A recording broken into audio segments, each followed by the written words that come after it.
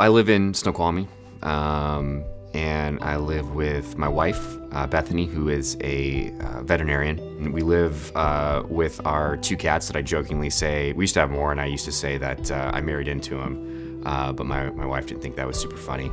And then we live with our 5-year-old Australian Shepherd, Maddie. Girl. I've been in the real estate business about 10 years, and started when I was 22, straight out of college. I'm a realtor, and I consider myself a business owner as well, just because over the years I've kind of, it's outgrown just me being a solo practitioner. The first time I ever intentionally used was I smoked pot out of a pop can in my backyard with like a bunch of my 14-year-old buddies, right?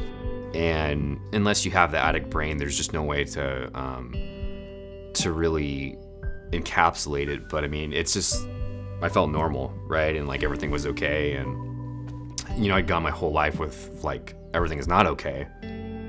My mom had untreated depression and didn't get on any medication until I was like 12 probably. You know, she had her own issues and wreckage and just wasn't, I don't really think was aware of it. I remember like one of my first memories, I was like maybe 4 or 5 years old, and I was getting put down for a nap, and I wanted my toy gun, right? And couldn't find it, and I was upset about it. And she started yelling, and she yelled a lot and was upset about the whole situation. And so she found the gun and comes to my door and threw it, and it like bounced across the floor like 3 times, hit me in the face, broke into a million different pieces. And she said, "Here's your effing gun."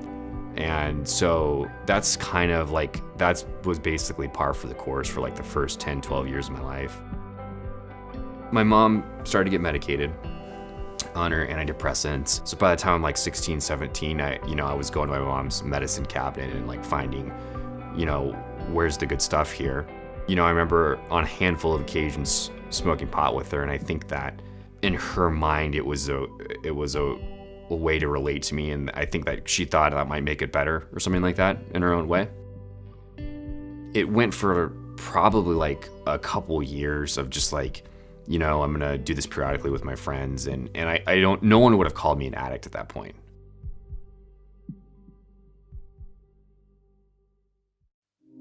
The one and only time I was arrested and how I got involved with Yes was my friend and I split a half gallon of vodka before the homecoming football game. I drank so much so fast that I wasn't even drunk until like 20, 30 minutes later when I got to the game. And I get to the game and I'm like barely functional. So I got arrested, my parents take me home. And my honest thinking at that point was like, you know, I knew I couldn't drink anymore, so I'm like, I'm just gonna smoke pot. Well, I mean, it eventually spiraled into, and this is within probably like in a span of a year after I got arrested. I was doing ecstasy, mushrooms, LSD. I was doing a lot of cocaine. You know, I smoked speed out of a light bulb one time. You know, that's probably like the worst that I got. By the time I got to treatment, this is probably a year after the arrest, so I'm 17. You know, I'm 185 pounds now. I was 135 pounds at the time. I mean, my eyes were sunk back in my head. You know, my parents couldn't take it anymore. I'd been seeing the YES counselor for my high school, and they didn't know where else to take me, so they took me to see her at the Kirkland YES branch. You know, they're doing their assessments, and they're like, he's 17 years old, he's a late stage drug addict. And that's kind of when the recovery started.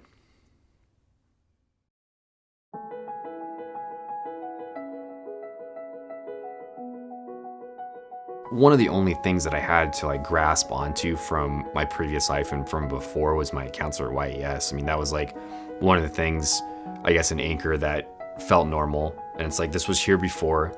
Everything else is new, but this was here before. And, you know, being able to lean on that and have that resource when, you know, times were tough, or,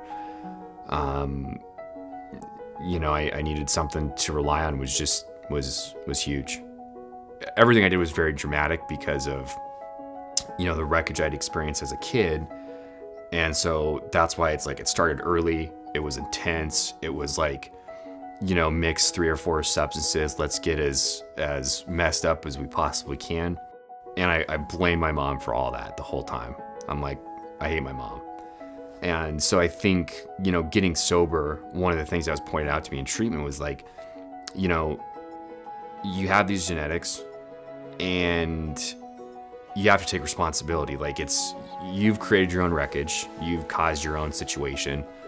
And if you want to get out of this, it's up to you. And you can't keep blaming mom or blaming whoever.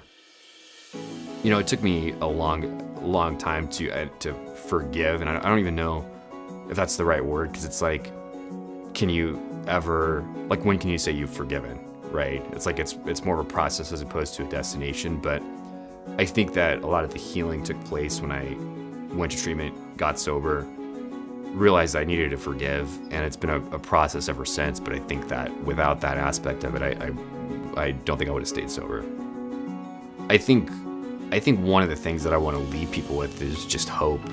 I think hope for the parents. I think hope for the kids, that it's like, you have more control over your destiny than you think you do, and that you can live the life that you want to live, and you can create what you want to create, and that there's whatever challenge you're facing, that there's life, and there's life after that, So whatever your circumstances are now does not have to be what your circumstances are in the future.